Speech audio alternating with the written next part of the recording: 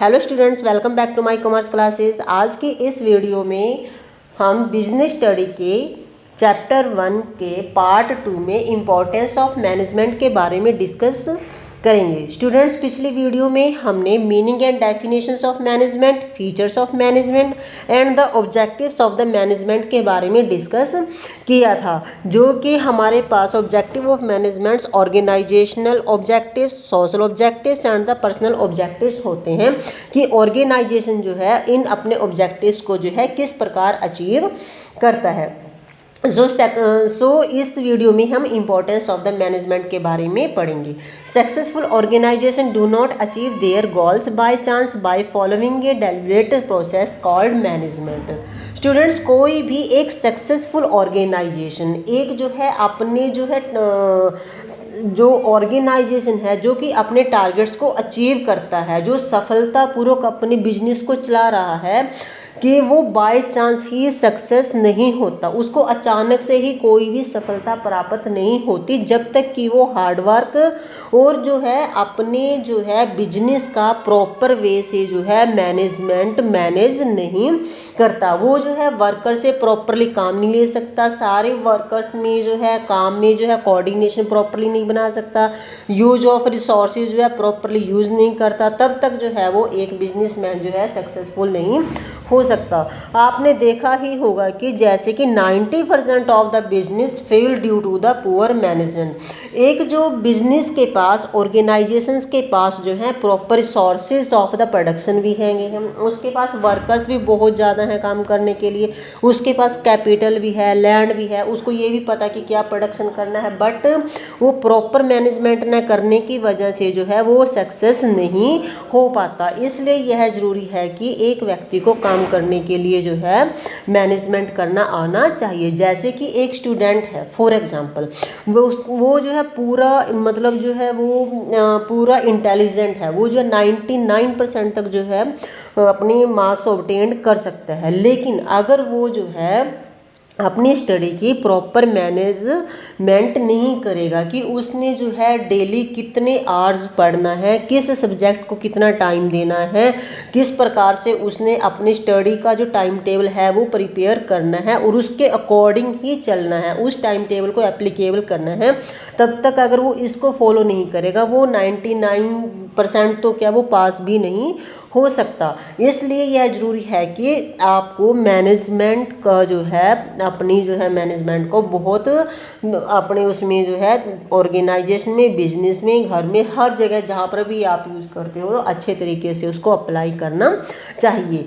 तो these are following importance of management. इस प्रकार जो है मैनेजमेंट के कुछ इम्पोर्टेंस है।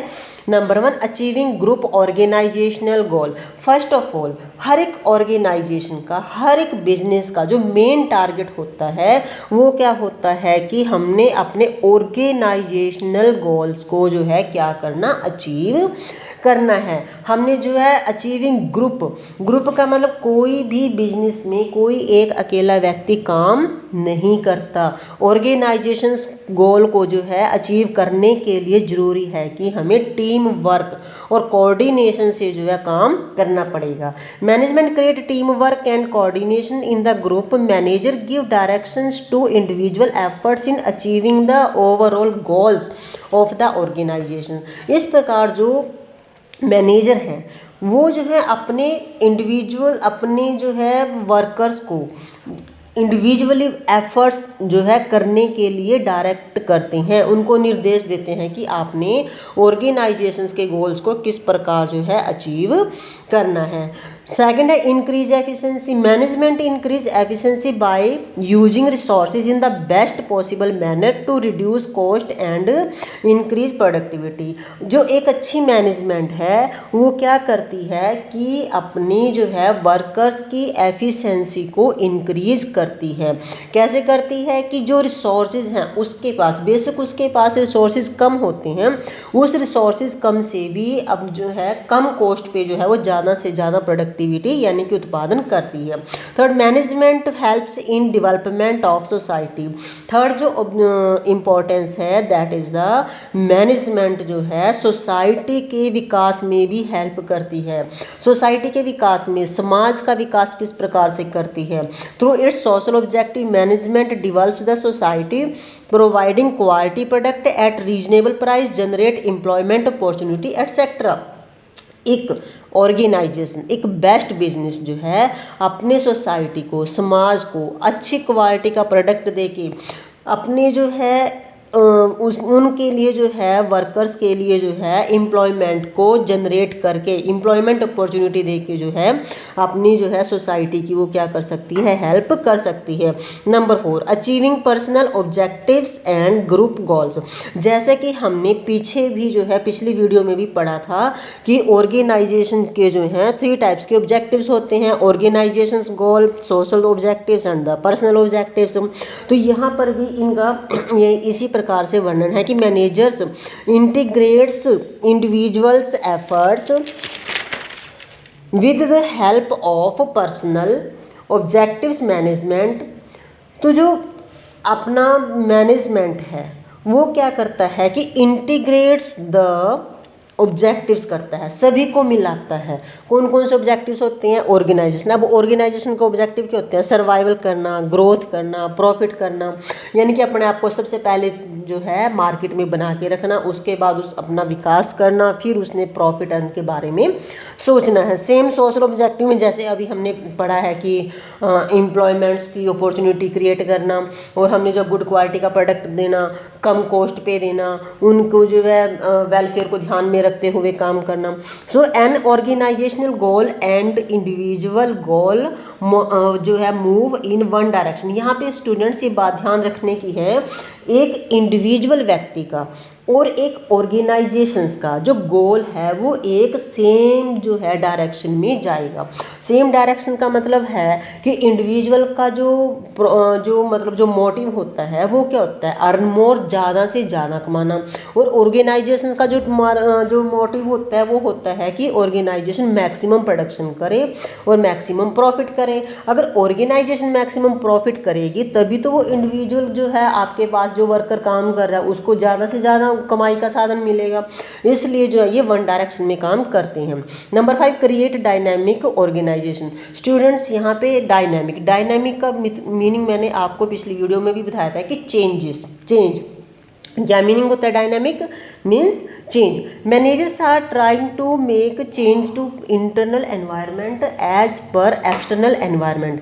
अब स्टूडेंट्स देखो यहाँ पर जो मैनेजर्स हैं उनको जो है अपने बाहरले एनवायरनमेंट के अकॉर्डिंग अपने बिजनेस का, ऑर्गेनाइजेशन का, इंस्टीट्यूट का जो है इंटरनल एनवायरनमेंट को चेंज करना पड़ता है। ये नहीं है कि जो अगर आपने एक बार जो प्रिंसिपल बना दिया कि हाँ भाई आपने इसी जो है मेथड से जो है आपने काम करना है, वही मेथड आपका चलता जाएगा।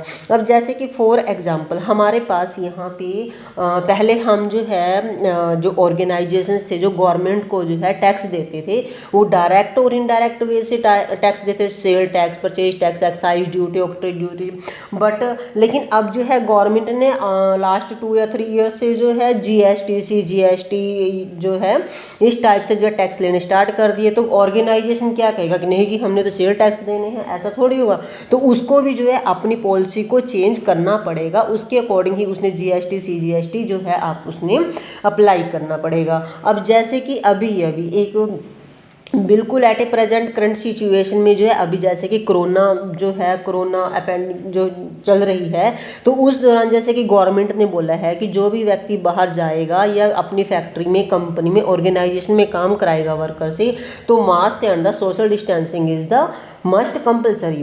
तो इसके लिए ज़रूरी है कि उनको मास्क ज़रूरी है और सोशल डिस्टेंसिंग। तो ऑर्गेनाइजेशन को चाहिए कि वो भी अपने वर्कर्स की हेल्थ को ध्यान में रखते हुए उनमें जो सोशल डिस्टेंसिंग और मास्क जो है वो कंपलसरी करे। इस प्रकार हमें जो है according to the time, according to the situation, according to the environment जो है अपने ऑर्गेनाइजेशंस में चेंजेस जो है वो अडॉप्ट करनी चाहिए।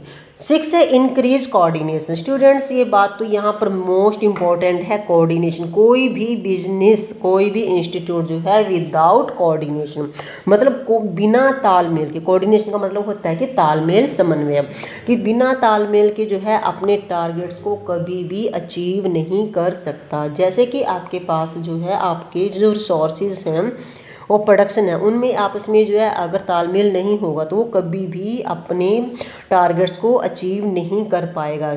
यहाँ पर जो management ensure that different department and group work in coordinations there is unity of action among employees group and department. क्योंकि हमारे पास बिजनेस में कई टाइप्स के जो डिफरेंट टाइप्स के डिपार्टमेंट होते हैं, जैसे कि सेल्स डिपार्टमेंट हो गया, और आपके पास जैसे sales department, production department, marketing department. तो इन सभी में जो है आपके पास परचेज डिपार्टमेंट, इन सभी में जो है आपके पास जो है क्या होना चाहिए, कोऑर्डिनेशन होनी चाहिए, ताकि जो है वो अपने जो है टारगेट्स को अचीव कर पाएँ। ठीक है जी। उसके बाद है स्टूडेंट्स, आई होप ये जो ऑब्जेक्ट जो आपके पास इम्पोर्टेंस है जो हमने अभी की है, जैसे increase coordinations, create dynamic organisations हो गया, तो ये आपको सारे सभी समझ में आ गए होंगे। तो नेक्स्ट जो हमारे पास टॉपिक है वो है nature of the management. Nature of the management की, मैनेजमेंट किस प्रकृति की है, नेचर क्या है मैनेजमेंट की, किस वे से जो है मैनेजमेंट काम करती है, हम मैनेजमेंट को क्या मान सकते हैं। वैसे तो मैनेजमेंट जो है एक साइंस भी है और एक आपके पास आर्ट भी है, लेकिन हमारे पास अभी एक टॉपिक है जो मैनेजमेंट एक प्रोफेशन की तरह भी काम करती है। तो यहाँ पर हम जो है सबसे पहले मैनेजमेंट क्या है, management is oldest of art and youngest of science. आज की जो डेफिनेशन है उसमें है कि मैनेजमेंट जो ओल्डेस्ट वे में, पुराने समय में हम बोलते थे कि मैनेजमेंट जो है एक आर्ट की तरह जो है काम करती है, एक कला की तरह काम करती है। क्योंकि मैनेजमेंट को में जो है काम करने के लिए ज़रूरी है कि उनको हर एक चीज़ की सिस्टमेटिक जो है नॉलेज होनी चाहिए। नॉलेज होएगी तभी वो जो है अपने काम को प्रॉपर तरीके से करेंगे। और जो यंगेस्ट ऑफ साइंस है, साइंस का मतलब है कि यहाँ पर कि वो जो है systematic body of knowledge and यहाँ पे कॉजेज एंड इफेक्ट को लेकर जो है वो काम करती है, प्रिंसिपल्स ऑफ मैनेजमेंट वगैरह बनाई जाती हैं। तो management as a science, science can be defined as a systematic body of knowledge based on effect. जैसे कि जो साइंस है, आपको पता है स्टूडेंट्स की जो साइंस है वो जो है किसके ऊपर बेस्ड है, सिस्टमेटिक बॉडी ऑफ नॉलेज की।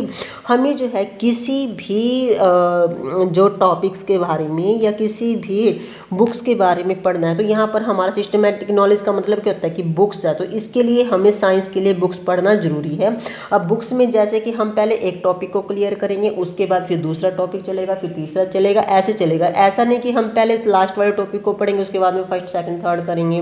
तो यानी कि यहाँ पर सिस्टमेटिक नॉलेज हमें होनी चाहिए। यहाँ पर जो कॉजेज यानी कि ये इफेक्ट पड़ता है कि किसी चीज़ का जो है कॉज, कारण क्या है, और उस कारण अगर कोई चीज़ होती है कारण क्या है और उसका बाद में इफेक्ट क्या होएगा। तो यहाँ पे जैसे कि मैनेजमेंट साइंस में कॉजेज एंड इफेक्ट, जैसे कि न्यूटन का जो लॉ है वो भी कॉजेज एंड इफेक्ट पे है, तो इसमें हम कोई भी चेंज नहीं कर पाते। तो यहाँ पर अब देखो जैसे कि features of the science versus management. अब साइंस वर्सेस मैनेजमेंट में आपके पास क्या आता है कि सबसे पहले systematic body of knowledge, it is based on causes and effect relationship. इनमें जो है कॉजेज और इफेक्ट रिलेशंस का जो है क्या रिलेशनशिप है। अगर किसी चीज़ का रिलेशन जो है आपके पास, किसी चीज़ का कोई कारण है, आपने जैसे कि H2O, आपको पता है कि हाइड्रोजन और जो है ऑक्सीजन मिलकर आपके पास क्या बनाएंगे, वाटर बनाएंगे। तो उनमें क्या रीजन है, कारण है। The same feature is present in management as it has its own theory and principle. तो ये जो फीचर जो है सेम आपके पास जो है मैनेजमेंट में भी लागू होता है, क्योंकि यहाँ पर भी उसके मैनेजमेंट के अपने कुछ सिद्धांत होते हैं जो कि डेवलप्ड बाय जो है अपना काफ़ी टाइम से जो है हमारे पास चलते हैं। तो based on the experiment scientific principles have been developed through observations and then tested by repeated experimentation. जो साइंटिफिक प्रिंसिपल्स हैं, जो वैज्ञानिक जो सिद्धांत हैं आपके, वो जो है कैसे जो है उनका विकास होता है थ्रू ऑब्जर्वेशन। देखो जब भी हम साइंस की लैब में जाते हैं या साइंस का कोई भी फैक्ट देखते हैं, कोई भी कारण देखते हैं, तो हमें बार बार उसके ऊपर एक्सपेरिमेंट करने पड़ते हैं। फिर उसके बाद जो है बार बार रिपीटेड टेस्ट करने पड़ते हैं, एक्सपेरिमेंट करने पड़ते हैं, उसके बाद हम उसको अप्लाई करते हैं। फॉर एग्जांपल आज का जो करंट है कि कोरोना के लिए हमारे पास जो है वैक्सीन तैयार करने के लिए हम जो है उसके बार बार टेस्टिंग कर रहे हैं, उसको अप्लाई करके देख रहे हैं कि वो जो है सक्सेस हो रही है कि नहीं। This feature is not applicable 100% because management deals with human beings. यहाँ पर जो ये फीचर है, जो एक्सपेरिमेंट का जो फीचर है, वो यहाँ पर 100% जो है डील जो है यहाँ पर एप्लीकेबल नहीं होता मैनेजमेंट में, क्योंकि जो मैनेजमेंट है वो ह्यूमन बींग्स के साथ डील करती है, उनके साथ ह्यूमन बींग्स के साथ काम करती है, और ह्यूमन बींग्स पे बार बार जो है आप एक्सपेरिमेंट नहीं कर सकते। Universal validity of principle, scientific principle have universal validity and application. जो साइंस की जो वैलिडिटी है वो यूनिवर्सल है, यानी कि जैसे कि आपने साइंस का जो ओम का नियम पढ़ा या न्यूटन्स नियम पढ़ा या कोई भी जो आपने नियम पढ़े हैं, वो सेम आपके एज इट इज़ ही रहेंगे, और आपके जो आने वाली आगे जनरेशन्स है, ब्रदर्स हैं, सिस्टर्स हैं, वो भी उस नियम को एज इट इज़ ही पढ़ेंगे। ऐसा नहीं कि आपने जो है जैसे कि मैथ का जो formula a+b²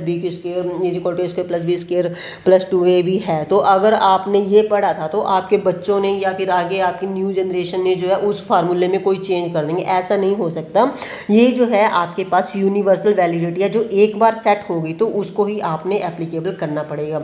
it's applicable for ever, ये हमेशा के लिए ही लागू होगी। But managers principle not universal, जो मैनेजमेंट के जो प्रिंसिपल हैं वो यूनिवर्सल नहीं है। It depends upon the situation, हमें जो है सिचुएशन के अकॉर्डिंग जो है इनको चेंज करना पड़ता रहता है। नेक्स्ट जो है मैनेजमेंट एज एन आर्ट। अब स्टूडेंट्स आपको पता है कि आर्ट जो है एक कला होती है, किसी भी काम को करने की एक कला। अब जैसे कि कला जो है हर एक व्यक्ति की स्किल्स के अकॉर्डिंग, क्रिएटिविटी के अकॉर्डिंग, उनकी जो है अपने प्रैक्टिस के अकॉर्डिंग जो है वो डिफरेंट होती है। आर्ट में be defined as the applications of skills and knowledge to attain the desired results. आप अपने डिजायर्ड रिजल्ट्स को जो है अटेन करने के लिए पर्सन्स की जो नॉलेज और स्किल्स के ऊपर डिपेंड करती है, क्योंकि जितनी ज़्यादा आप क्रिएटिविटी, जितनी ज़्यादा आप प्रैक्टिस करेंगे उतनी ही ज़्यादा आपकी आर्ट बढ़ती जाएगी। तो features of art versus management, the theoretical knowledge. Students इसके लिए हमें क्या ज़रूरी है कि थ्योरेटिकल नॉलेज बहुत ज़रूरी है। Systematic study material is available to acquire theoretical knowledge. देखो स्टूडेंट्स, ये जो फर्स्ट जो हमारे पास था सिस्टमैटिक नॉलेज, ये हमारे पास साइंस में भी लागू होता था। ये ज़रूरी नहीं है कि आपके पास अगर साइंस में लागू होगा तो यहाँ पे लागू नहीं होगा। ये जो फीचर है आपके पास as a profession science and art तीनों में ही लागू होता है। तो यहाँ भी हमें जो है सिस्टमैटिक पढ़ना पड़ेगा किसी जो है सब्जेक्ट के बारे में नॉलेज लेने के लिए। सो यहाँ पर भी this feature is present in management में ये फीचर भी आपका क्या होता है, प्रेजेंट होता है। उसके बाद है पर्सनलाइज्ड एप्लीकेशंस। आपके पास जो सेकंड पॉइंट है that is the personalised application. Students यहाँ पे एक टॉपिक है पर्सनलाइज्ड का मतलब क्या होता है, क्या आर्ट सब में सेम होती है। अब जैसे कि मैं आपके लिए, आप बच्चों के लिए जो है इतनी मेहनत कर रही हूँ, अपने नोट्स प्रिपेयर कर रही हूँ, उनको फिर आपको मैं बाद में वीडियो के थ्रू समझाती हूँ, फिर भी आप अगर कोई रिस्पॉन्स ना दे, कोई मेरे को कोई अच्छे कमेंट ना दें, तो फिर मेरी तो मेहनत बेकार में जाएगी। तो क्योंकि यहाँ पर जो है हर एक पर्सन जो है उसकी अपनी स्किल होती है, एक उसका अपना काम करने की आर्ट अलग तरीके से होती है। कई जो अपने जो टीचर्स हैं वो टॉट करते हैं सिंपल ब्लैक बोर्ड से, जैसे कर दिया हेडिंग लिख दिया, उसको एक्सप्लेन कर दिया, लेकिन एक्सप्लेनेशन थ्योरी नहीं दी। कईयों ने क्या किया, जैसे कि अपने अपने सबके विचार होते हैं। तो यहाँ पे पर्सनलाइज्ड का मतलब होता है कि हर एक पर्सन की अपनी स्किल्स होती है। In arts only theoretical knowledge is not enough, every artist must have personal skills. यहाँ पर कहता है कि यहाँ पे थ्योरेटिकल नॉलेज ही जरूरी नहीं है, काफ़ी नहीं है। हमें जो बस पढ़ लिया, बुक्स पढ़ ली, हाँ जी नॉलेज बढ़ गई, लेकिन जब तक उस पढ़े को, उस नॉलेज को हम प्रैक्टिकल के रूप में जो है काम में नहीं करते, तब तक वो हमारी जीरो है। तो must have person skill and creativity to apply the knowledge in the same manner. In management every manager has his own unique way of, यहाँ पर ये हमारा लागू होता है नियम, क्योंकि यहाँ पर मैनेजमेंट में भी हर एक मैनेजर्स के काम, वर्कर से काम लेने के, अपने जो है बिजनेस को चलाने के एक यूनिक क्वालिटी होती है। सबका काम करने का अपना अलग अलग तरीका होता है। Based on practice and creativity, अब जो आपके आर्ट्स है तो वो किसके ऊपर डिपेंड करती है। देखो स्टूडेंट्स, जब भी जैसे कि अभी मैंने आपके लिए नोट्स तैयार किए, अब आपने सुन लिए, सुन के आपने हाँ जी मैडम का लेक्चर अच्छा था, या किसी और भी ट्यूटर का आपने लेक्चर पढ़ा तो उसका अच्छा था, हमें समझ आ गया। लेकिन स्टूडेंट्स, जब तक आप इन नोट्स को अच्छे से पढ़ेंगे नहीं, उसको लिख कर बार बार लिख के नहीं देखेंगे, कम से कम हेडिंग ही लिख कर देख लो, उससे प्रैक्टिस करोगे। जितनी ज़्यादा आप प्रैक्टिस करोगे और जितने ज़्यादा आप क्रिएटिविटी से, जैसे कि मैंने अब इसको प्रेजेंटेशन में दिया होगा, कहीं पे कलर मैंने ग्रीन किया, कहीं पे रेड किया, कहीं पे ब्लू किया, वो क्यों किया? वो क्रिएटिविटी दिखाई, वहाँ पे मैंने प्रेजेंटेशन दिखाई ताकि वो देखने में भी अच्छे लगें। तो उसके ऊपर डिपेंड करती है आपकी कला, तो आप ताकि आप जो है अपने टारगेट्स को अचीव कर सकें। तो यहाँ पे जो so this features art present in management, यहाँ पे भी आर्ट जो है आपकी मैनेजमेंट में प्रेजेंट है। तो थर्ड जो पॉइंट स्टूडेंट्स, यहाँ पे जो है इसका कंक्लूजन निकलता है कि जो मैनेजमेंट है वो आर्ट है क्या साइंस है। तो यहाँ पे हम ये कंक्लूजन निकालते हैं कि management is both, management is both, यानी कि ये साइंस भी है और आर्ट भी है।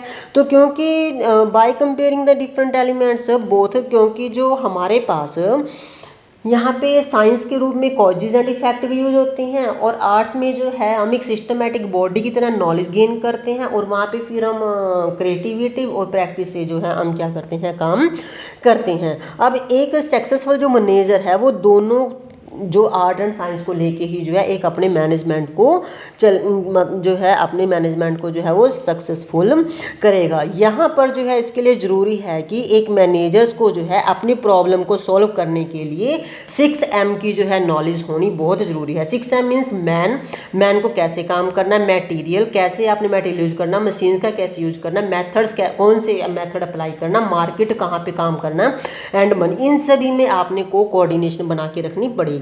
सेकंड जो है आपके पास है at the last management as a profession. अब management as a profession means आपके पास प्रोफेशन क्या होता है स्टूडेंट्स, देखो यहाँ पे ना आर्ट काम आएगी ना साइंस काम करेगी। प्रोफेशन के लिए एक आपको प्रोफेशनल डिग्री चाहिए, जिसके लिए आपको एक जो है स्पेशल जो है आपको स्टडी करनी पड़ेगी, यानी कि उसके लिए आपको प्रोफेशनल डिग्री की ज़रूरत पड़ेगी, उसके लिए आपको स्पेशल नॉलेज की ज़रूरत पड़ेगी। बिना स्पेशल नॉलेज के जो है आप कोई भी प्रोफेशन में नहीं जा सकते। जैसे CA, अगर आपने अकाउंटेंसी उसके जो है अकाउंट्स के उसमें जाना, MBA के उसमें मैनेजर्स की, अगर आपने मैनेजर्स की जॉब करनी तो MBA करना ज़रूरी है।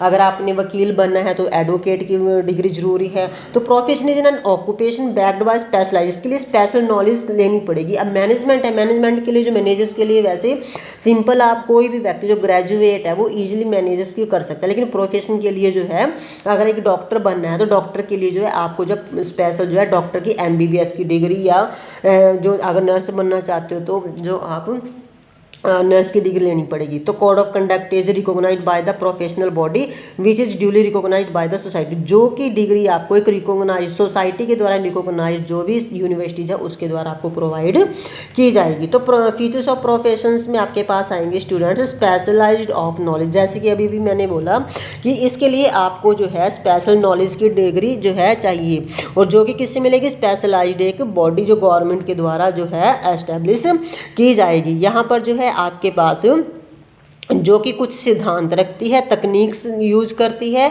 और जिससे जो है आप क्या करते हैं कि प्रोफेशनल एक प्रोफेसर बन जाते हैं। अगर आपने टीचर बनना है तो टीचर बनने के लिए क्या चाहिए आपको, B.Ed MPed जो भी है उसकी डिग्री चाहिए, ठीक है जी। तो CA MBA advocate doctor that is the, but in management only one can be managers having proper management skills, it is not present in management. Students यहाँ पे मैनेजमेंट के लिए कोई स्पेशल डिग्री नहीं है। अगर एक व्यक्ति ग्रेजुएट हो जाता है वो भी अपने जो है ऑर्गेनाइजेशन को अच्छे से मैनेज करके चला सकते हैं। तो यहाँ पर जो है ये जो है आपके पास डिग्री की जरूरत नहीं पड़ती। तो रिस्ट्रिक्टेड एंट्री, प्रोफेशन में जो है आपके पास एक रिस्ट्रिक्टेड एंट्री होती है, वहाँ पर हर एक व्यक्ति जो है एंटर नहीं कर सकता। तो थर्ड जो है सर्विस मोटिव, जो प्रोफेशन का जो मोटिव है वो क्या होता है, वो होता है सर्विस प्रोवाइड करना। अब एक डॉक्टर है, अब डॉक्टर है क्योंकि जो बिजनेस है, बिजनेस ऑर्गेनाइजेशन का जो मेन मोटिव क्या होता है कि उसको प्रॉफिट अर्न करना होता है कि ज़्यादा से ज़्यादा प्रॉफिट कैसे अर्न करें। तो लेकिन यहाँ पे जो उसका जो डॉक्टर है, डॉक्टर अब ये थोड़ी कहेगा नहीं भाई पहले मेरी फीस दो तभी मैं एक डॉक्टर उसका जो पेशेंट का ऑपरेशन करूंगा, उसका इलाज करूंगा। उसके लिए प्रेफरेंस क्या होगी, उसका इलाज करना, उसको सर्विस प्रोवाइड करना। अब code of conduct, code of conduct में क्या होता है स्टूडेंट्स कि मैनेजमेंट एसोसिएशन जो है एक कोड ऑफ कंडक्ट बनाती है मैनेजर्स का, लेकिन उनको ये पावर नहीं होती है कि वो जो है उसके जो अगेंस्ट जो है कोई जो है डिसीजन ले सकें। ठीक है जी। तो इस करके जो है वो सारे के सारे आपके जो बिजनेस को जो है कंट्रोल कर सकें। सो स्टूडेंट्स यहाँ पर हमने इस प्रकार हम ये कह सकते हैं कि जो मैनेजमेंट एज ए प्रोफेशन है ये अभी हमारे पास लागू नहीं हुआ है। हाँ, हो सकता है आफ्टर सम टाइम जो है मैनेजमेंट जो है प्रोफेशन के रूप में भी आप जो है यहाँ पर यूज़ कर सकें, लेकिन फ़िलहाल हम यहाँ पर यही कहेंगे कि मैनेजमेंट जो है एक आर्ट और साइंस दोनों ही हैं, क्योंकि इसमें दोनों के ही फीचर्स जो है पाए जाते हैं। सो स्टूडेंट्स, उम्मीद है कि आपको जो है ये वीडियो पसंद आई होगी, ये लेक्चर आपको समझ में आया होगा। तो अगर आपको कोई जो है डाउट्स है या क्वेरी है तो आप प्लीज़ कमेंट करके भी पूछ सकते हैं। So please share, subscribe, like and comment ज़रूर करें ताकि जो है, और इस वीडियो को ज़्यादा से ज़्यादा शेयर जरूर करें ताकि दूसरे बच्चे भी जो है इसका फ़ायदा उठा सकें, क्योंकि स्टूडेंट्स आपका जो एग्ज़ाम है वो बहुत पास आ रहा है और मेरी कोशिश यही रहेगी कि मैं आपको जो है जल्दी से जल्दी जो है आपका सिलेबस कवर करवा सकूं ताकि जो है आप अच्छे मार्क्स जो हैं ऑब्टेन्ड कर सकें। Thank you.